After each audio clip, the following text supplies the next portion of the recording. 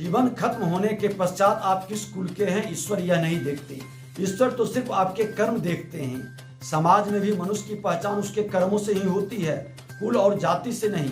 महाभारत का युग कौरवों के बुरे कर्मों का परिणाम था। ठीक उसी प्रकार जो जातीय विद्वेष इस सरकार में बैठे लोग फैला रहे हैं, उसका दूरगामी परिणाम भी काफी दुखद होगा। यह लोग सत्ता में बने रहने के लिए किसी भी हद तक गिरने को तैयार बैठे हैं। माननीय शिक्षा मंत्री जी का बयान भी उसी का परिचायक है। मुझे तो ताज्जुब है, किसी प्रदेश के शिक्षा मंत्री की भाषा ऐसी भी हो सकती है क्या? यह उनके विकृत मानसिकता को दर्शा रही है। शिक्षा मंत्री जी का रामचरितमानस पर आपत्तिजनक बयान दुर्भावना से ग्रसित एवं दुर्भाग्यपूर्ण है। आईपीसी की धारा 295(1) के तहत इन पर मुकदमा चलना चाहिए। धर्म निंदा, ईश्वर निंदा पर भारत के कानून में सजा का प्रावधान है, जिसमें 1 साल से 3 साल तक की कारावास की व्यवस्था है। हमारी मांग है कि मुख्यमंत्री नीतीश कुमार जी और उप मुख्यमंत्री तेजस्वी यादव जी इन्हें तुरंत मंत्रिमंडल से बर्खास्त करें। इनके बयान ने करोड़ों हिंदुओं की भावना को आहत किया है, और यदि नीतीश जी और तेजस्वी जी शिक्षा मंत्री के बयान से सहमत है तो इसे स्पष्ट करें। रामचरितमानस को समझने के लिए भगवान की भक्ति, विवेक एवं निर्मल हृदय चाहिए, जिसे ये कपटी मंत्री कैसे समझेंगे। दरअसल जब जब सत्ता लोलुप क्षेत्रीय पार्टियां कमजोर पड़ने लगी है, तब वह समाज को जातियों में विखंडित कर अपनी राजनीतिक फसल को हरा भरा करने के प्रयास में जुट जाती है। आज राजद जदयू या दोनों दल उसी खेल में लग गए हैं। हमारे सनातन संस्कार में वसुधैव कुटुंबकम को माना गया है। हम पूरी दुनिया को अपने परिवार के रूप में मानने में विश्वास करते हैं।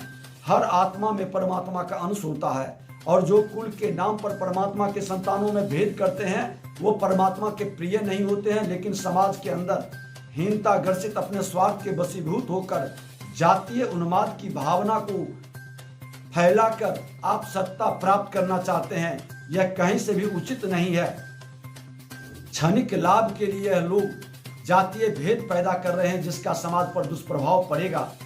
जन्म आधारित नहीं कर्म आधारित इस समाज में यह लोग जातीय जहर फैलाकर अपनी राजनीतिक फसल मजबूत करने की जो घिनौनी कोशिश कर रहे हैं, इसका दुष्प्रभाव वर्षों तक समाज को झेलना पड़ेगा।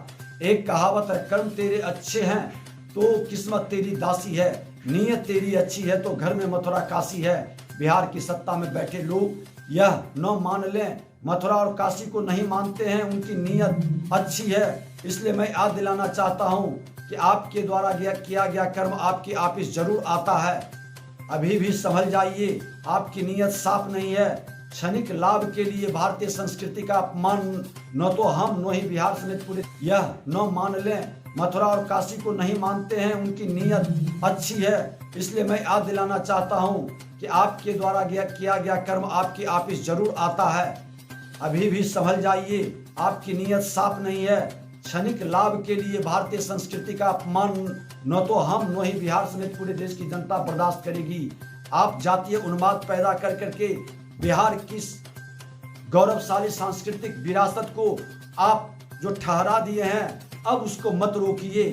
आज स्वामी विवेकानंद जी के जयंती के अवसर पर 21वीं सदी का भारत विश्व गुरु बनेगा।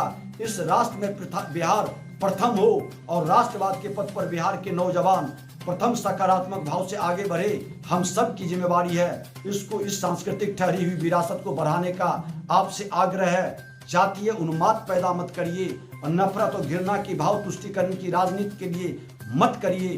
बिहार को आगे बढ़ने दीजिए, बिहार को गौरवशाली अपने सांप्रदायिक बौद्धिक क्षमता को बढ़ने दीजिए। धन्यवाद।